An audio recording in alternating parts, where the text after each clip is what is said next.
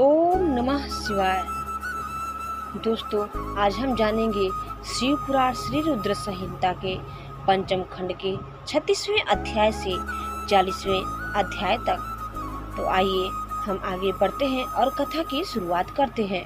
36वें अध्याय से व्यास जी ने सनत कुमार जी से पूछा, हे ब्रह्मपुत्र, जब भगवान शिव का संदेश लेकर दैत्यराज शंखचूड़ का वह दूत वापस अपने स्वामी शंखचूड़ के पास चला गया, तब क्या हुआ?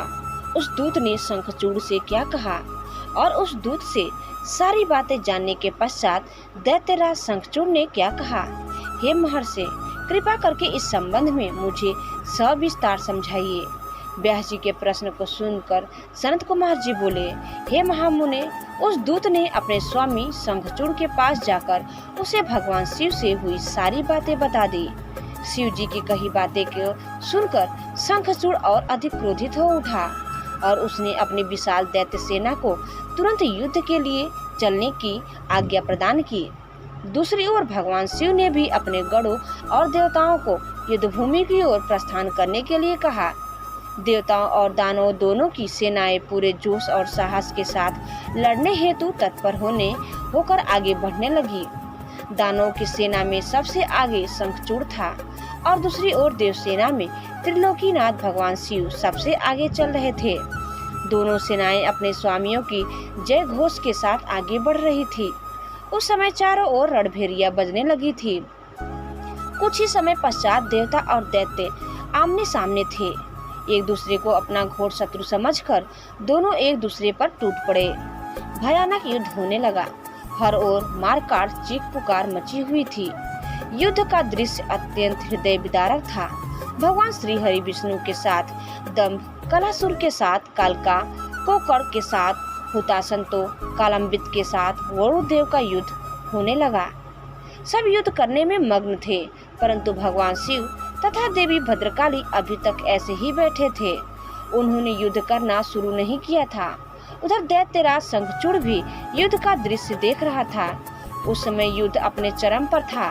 दोनों सेनाएं घमासान युद्ध कर रही थी। सभी बड़ी वीरता से लड़ रहे थे और युद्ध में अनेक प्रकार के आयुधों का प्रयोग कर रहे थे। कुछ ही देर में पृथ्वी कटे मरे और घायल योद्धाओं से पट गई थी। दोस्तों, श्री रुद्र संहिता के पंचम खंड का 37वां अध्याय। सनत कुमार जी बोले, हे व्यास जी, इस प्रकार देवताओं और दानवों में बड़ा भयानक विनाशकारी युद्ध चल रहा था। धीरे धीरे दानव देवताओं पर भारी पड़ने लगे। तब देवता अत्यंत भयभीत होकर अपनी रक्षा हेतु इधर उधर भागने लगे। कुछ देवता भागकर देवाधिदेव भगवान शिव के चरण में आए। तब वे देवता बोले, प्रभु हमारी रक्षा करें।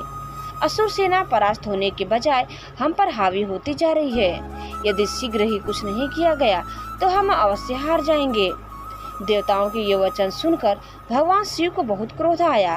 वह उठकर खड़े हो गए और स्वयं युद्ध करने के लिए आगे बढ़े। युद्ध स्थल में पहुंचते ही उन्होंने असुरों की अक्षौहिणी सेना का नाश कर दिया।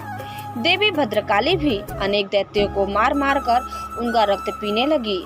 इस प्रकार असुरों को युद्ध में कमजोर पड़ता देखकर देवताओं में एक नई जान आ गई। जो देवता इधर उधर अपने प्राणों की रक्षा के लिए भाग गए थे, वे भी आकर पुनः युद्ध करने लगे। उधर भद्रकाली देवी क्रोध से भरकर दैत्यों को पकड़ पकड़ कर अपने मुख में डालने लगी। स्कंद ने अपने बाणों से करोड़ों दानवों को मौत के घाट उतार दिया। यह देखकर असुर सेना भयभीत होकर अपने प्राणों की रक्षा करने हेतु इधर उधर भागने लगे। असुर सेना को इस प्रकार तितर बितर होता देखकर दानवराज शंखचूड़ क्रोधित होकर स्वयं युद्ध में कूद पड़ा। उसने अपने हाथों में धनुष बाण उठाया और भयानक बाणों की वर्षा प्रारंभ कर दी। देखते ही देखते शंखचूड़ ने देवसेना के अनेकों सैनिकों का संहार कर दिया। यह देखकर स्कंद देव आगे बढ़े और शंखचूड़ को ललकारने लगे। शंखचूड़ ने क्रोधित होकर स्कंद पर पलटकर वार किया। उसने स्कंद का धनुष काट दिया और पूरी शक्ति से स्कंद की छाती पर प्रहार किया।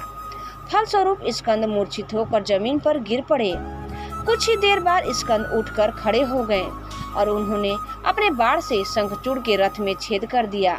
यही नहीं, स्कंद ने शंखचूड़ का कवच, किरीट आदि कुंडल भी गिरा दिया।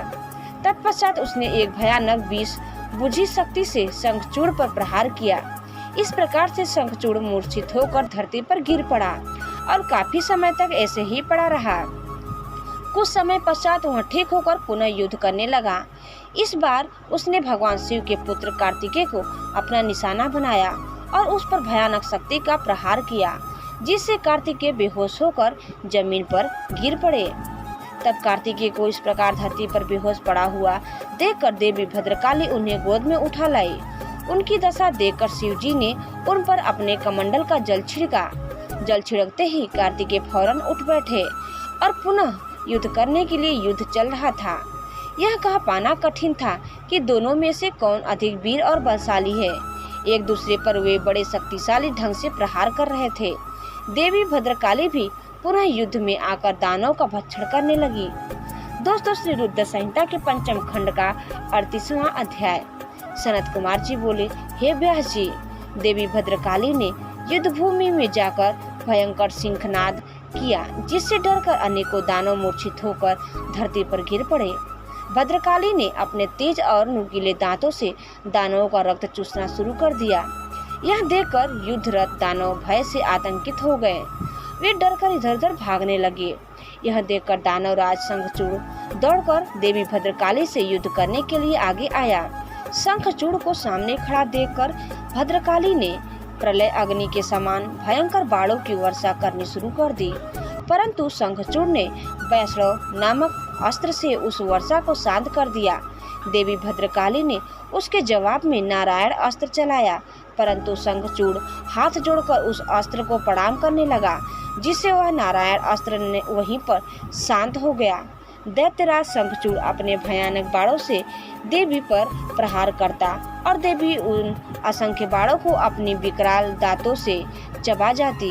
इस प्रकार देवी और शंखचूड़ में भयानक संग्राम होने लगा।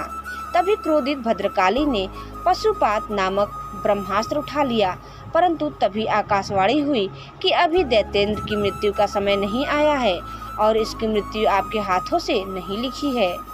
तब देवी ने पशुपात अस्त्र को वापस कर दिया और उसे काटने के लिए दौड़ी। यह देखकर असुरराज ने रौद्रास्त्र चलाकर उनकी गति को कम किया। तब भद्रकाली ने असुरराज द्वारा प्रयोग की गई सारी शक्तियों को तहस नहस कर दिया और आगे बढ़कर शंखचूड़ की छाती पर अपने मुक्के का जोरदार प्रहार किया। इस प्रहार से शंखचूड़ बेहोश होकर धरती पर गिर पड़ा, लेकिन कुछ ही देर पश्चात पुनः उठकर वह भद्रकाली देवी से युद्ध करने लगा। तब देवी ने उसे कसकर पकड़ लिया और चारों ओर घुमाकर धरती पर फेंक दिया। शंखचूड़ कुछ समय तक ऐसे ही पड़ा रहा। तब देवी ने अन्य दानवों का वध करना शुरू कर दिया। शंखचूड़ चुपचाप उठा और जाकर अपने रथ पर धीरे से बैठ गया। दोस्तों, श्री रुद्र संहिता के पंचम खंड का 39वां अध्याय। व्यास जी बोले, हे ब्रह्मपुत्र सनत कुमार जी, जब देवी भद्रकाली द्वारा युद्ध में घायल होकर शंखचूड़ पुनः अपने रथ पर जाकर बैठ गया, तब क्या हुआ? भगवान शिव ने, जो उस युद्ध में असुरराज शंखचूड़ का वध करने के लिए ही आए थे, क्या किया? कृपा कर मुझे इस कथा को सविस्तार सुनाइए। व्यास जी की इस जिज्ञासा को शांत करते हुए सनत कुमार जी ने कहना आरंभ किया।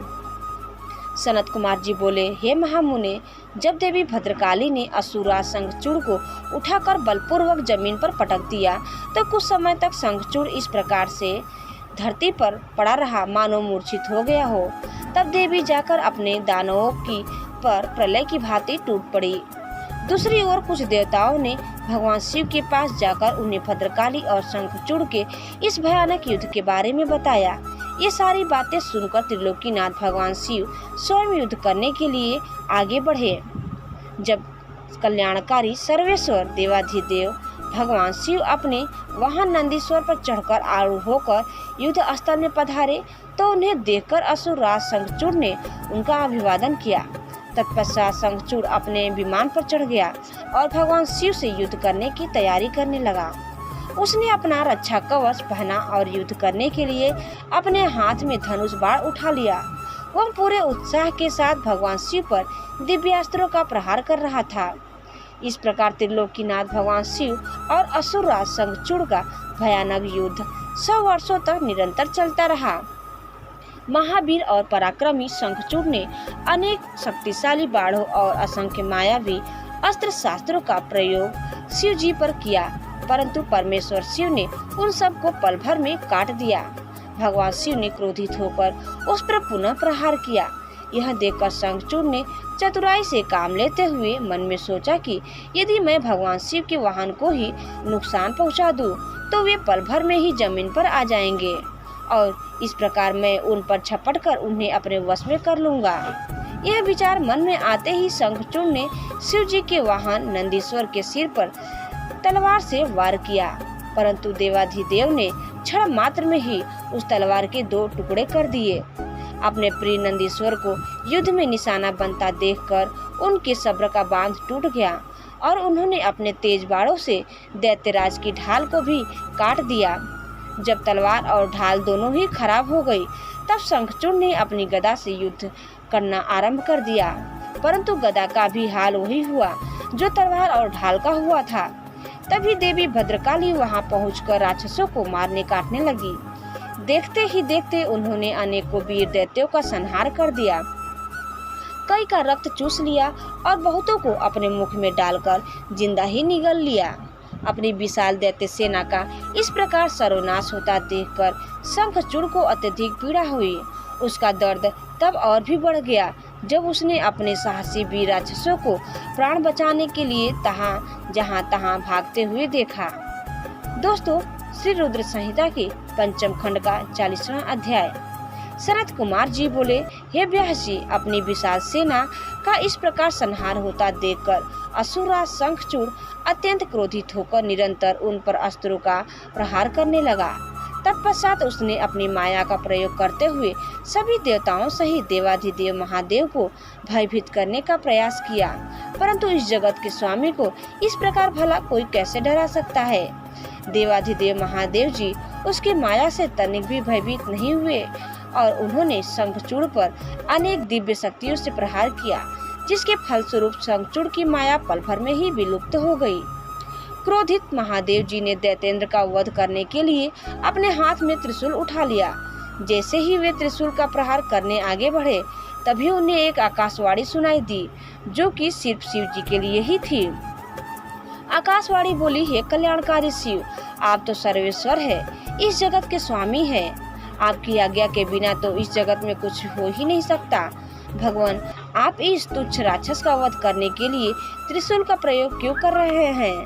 इसे मारना आपके लिए बहुत ही आसान है। भगवान, आप तो सब वेदों के परम ज्ञाता है तथा सब कुछ जानते हैं। जब तक शंखचूड़ के पास भगवान विष्णु का कवच और पतिव्रता स्त्री है, तब तक शास्त्र अनुसार यह अवध्य है। आकाशवाणी सुनते ही भगवान शिव ने अपने त्रिशूल को तुरंत ही रोक दिया और मन में श्री हरि विष्णु का स्मरण किया। श्री हरि अगले ही क्षण हाथ जोड़े उनके सामने उपस्थित हो गए। तब शिव जी ने विष्णु को इस संकट को दूर करने का आदेश दिया। भगवान विष्णु ने तुरंत एक ब्राह्मण का वेश धारण किया और भिक्षा मांगने के लिए दैत्यराज शंखचूड़ के पास पहुंच गए। वहां पहुंचकर विष्णु जी ने भिक्षा मांगी। तब शंखचूड़ ने पूछा, हे ब्राह्मण देव, आपको क्या करनी चाहिए? मैं अवश्य ही दूंगा, परंतु पहले यह बताइए तो सही कि आप क्या चाहते हैं। तब ब्राह्मण का रूप धारण किए हुए विष्णु जी बोले कि पहले प्रतिज्ञा करो कि मैं जो मांगूंगा तुम मुझे दोगे। इस प्रकार जब शंखचूड़ ने ब्राह्मण को उसकी इच्छित वस्तु देने का वचन दे दिया, तब विष्णु जी ने उससे उसका कवच मांग लिया। कवच लेने के पश्चात वे ब्राह्मण के रूप में ही दैत्यराज की पत्नी देवी तुलसी के पास गए। मायावी विष्णु जी देवताओं के कार्य को पूरा करने के लिए देवी तुलसी के साथ भक्ति पूर्वक विहार करने लगे। दूसरी ओर जब भगवान शिव को अपनी दिव्य अलौकिक शक्ति द्वारा इस बात का ज्ञान हुआ कि शंखचूड़ की रक्षा करने वाला कवच और उसकी पतिव्रता स्त्री की शक्ति अब उसके साथ नहीं रही, तो तुरंत ही उन्होंने अपना विजय नामक त्रिशूल उठा लिया और पूरी शक्ति से उस त्रिशूल का प्रहार दैत्यराज पर किया। उस दिव्य त्रिशूल के प्रहार से पल भर में ही शंखचूड़ के प्राण पखेरु उड़ गए। दैत्यराज शंखचूड़ के मरते ही आकाश में दुंदुभियां बजने लगी, चारों दिशाओं में मंगलगान होने लगा और भगवान शिव पर आकाश से फूलों की वर्षा होने लगी। वहां उपस्थित सभी देवता भगवान शिव की स्तुति करने लगे और उनको धन्यवाद कहने लगे। असुरा शंखचूड़ भी भगवान शिव के हाथों मृत्यु को प्राप्त होकर अपने शाप से मुक्त हो गया। उसकी हड्डियों से एक विशेष शंख की जाति बनी।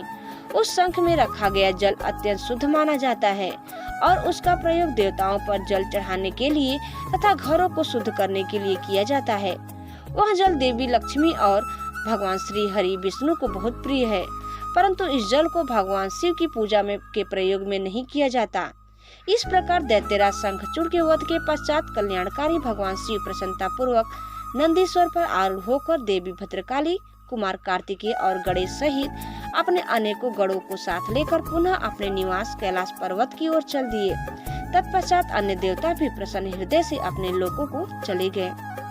धन्यवाद दोस्तों, यह कथा हम यही समाप्त करते हैं। आपको हमारा यह वीडियो कैसा लगा हमें कमेंट बॉक्स में जरूर बताइए। दोस्तों, मिलते हैं आगे दूसरे वीडियो में दूसरे कथा के साथ। ओम नमः शिवाय। हर हर महादेव।